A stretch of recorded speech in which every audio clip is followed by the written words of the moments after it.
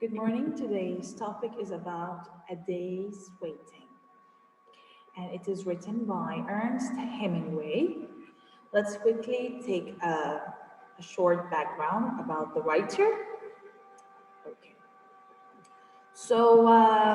Ernest Hemingway is born in 1899 and died in 1961. And he was, or many literally scholars regarding the American author, he was one of the most influential writers of the 20th century. He was born in Auk, and he began writing stories as a teenager. So he started very early writing stories. He was a teenager when he started to write stories. After he graduated from high school, he became a newspaper reporter, and then he served as an ambulance driver for the Red Cross. And that was in Italy during the World War. So later, he moved to Paris, where he lived among other American writers and artists. His adventurous lifestyle influenced his fiction, avoiding the often elaborate writing styles of 19th century novelists. He also used a more plain spoken approaches, especially for dialogues. Yet, his characters, brief, straightforward words, often carry layers of meanings. Finally, A Day's Wait offers a prime example of Hemingway's ability to craft dialogues.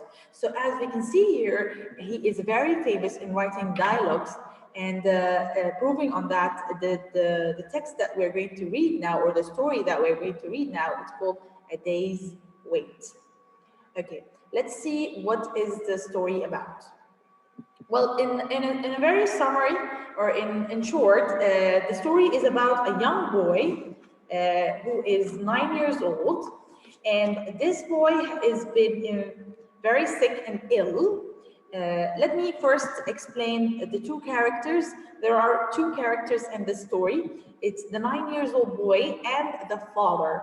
It hasn't really mentioned the name of the father clearly, because every time like throughout the story, when you read, you will find out that it always says the father, the father, the father.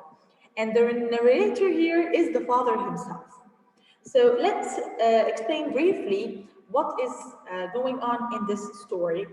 As you can see here at the beginning of the story, it shows that the boy is ill and I have got a headache. So he mentions here that he has a headache. So his father is a very caring person. He tells him, you have to go to bed and rest. But the boy still doesn't want to do so, because he is not aware of that he is really ill and he needs to rest. Later on in the story, the father insists on the boy to go to bed and have some rest. And then the father calls the doctor and starts to talk to the doctor about the boy's situation. And the conversation between the father and the doctor goes privately away from the boy, so that the boy wouldn't feel that it's a big issue or it's something very big. So the doctor says that he is ill and his temperature is too high and he needs to rest. And it shows here that he has a fever. Okay. Later on, there is a conversation going between the father and the boy, and the 9 years old boy. Let me mention the name of the boy. The 9 years old boy's name is Scott. Okay, Scott also thinks that he is very ill and that he is about to die. Here comes a very important part in the story, which is the conflict between the boy and the father. The conflict between the boy himself. Like, there are two kinds of conflict: inner conflict and outer conflict.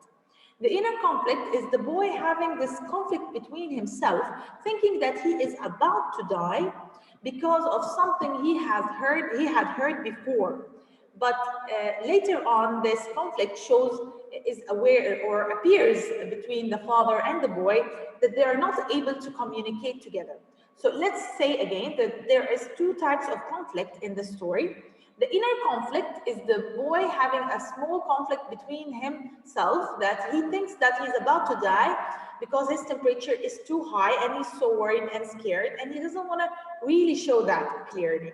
And then there is another kind of conflict, which is the conflict between the father and the boy. There is like a misconnection between them, because as you can see, the boy thinks that the father is not very frank with him, and he doesn't want to tell him that he is very sick.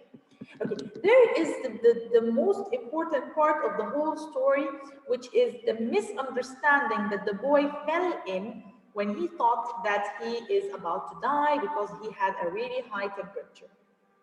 Let's look here together at page number 51, where it says, okay, here is a very small part. It says what? About how long will it be before I die? So the boy here says, even the boy, while he's talking, he's very sure that he's about to die, and he is thinking that his father is not, doesn't want to say so. So he said, the father answers, you aren't going to die. What's the matter with you? Oh, yes, I am. I heard him say 102. So the boy heard the doctor saying that his temperature is 102. People don't die with a fever of 102. And that's what the father said. That's a silly way to talk. Then the boy explains why he thinks that he is about to die. I know they do. At school in France, the boys told me you can't live with 44 degrees. I have got 102. Okay, so what's really a big deal here? Why the boy still thinks that he's about to die? Like, does he think that a 102 degrees is something that a person or a human cannot live with? Later on, the father explains, and this is the most important part, he had been waiting to die all day, even since 9 o'clock in the morning. And then he says, you poor Scotch. I said, poor old Scotch. It's like miles and kilometers. You aren't going to die. The difference there, that's a different thermometer. What on that thermometer, 37 is normal. On this kind, it's 98. Are you sure? So here it shows that the boy is confused, and he didn't know that there are two kinds of temperatures, thermometers you can measure the temperature with. So he thought that the thermometer his father is using is the same one that the boys were talking about, and that's why he was in a conflict, or he was in an inner conflict, that he thought that he is about to die. And this is, in short, the whole story. At the end, the boy rests in his room, and everything goes all fine. Let's quickly look at the vocabularies that are mentioned in this text, or in this story. Starting with the first one is detached. Detached, and this is an adjective, and it means indifferent and unaffected by feeling or usual interests. So it means, again, indifferent and unaffected by feelings or unusual, or say usual interests, not unusual, usual interests.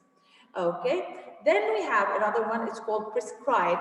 What is the meaning of prescribed? This is an adjective. It means to given as medication. So when the doctor gives you a prescription, or prescribed something for you, this is given as a medication. Third one is varnished, and what is the meaning of varnish? Is to cover in a hard or polished coating of some kind. So, and this is a verb, varnished. Varnished is a verb. Okay, later then we have another word, which is called evidently. Evidently, this is an adverb, and it means in a manner that is readily understandable. So it means when something is readily understandable, that you can read, and this is called evidently.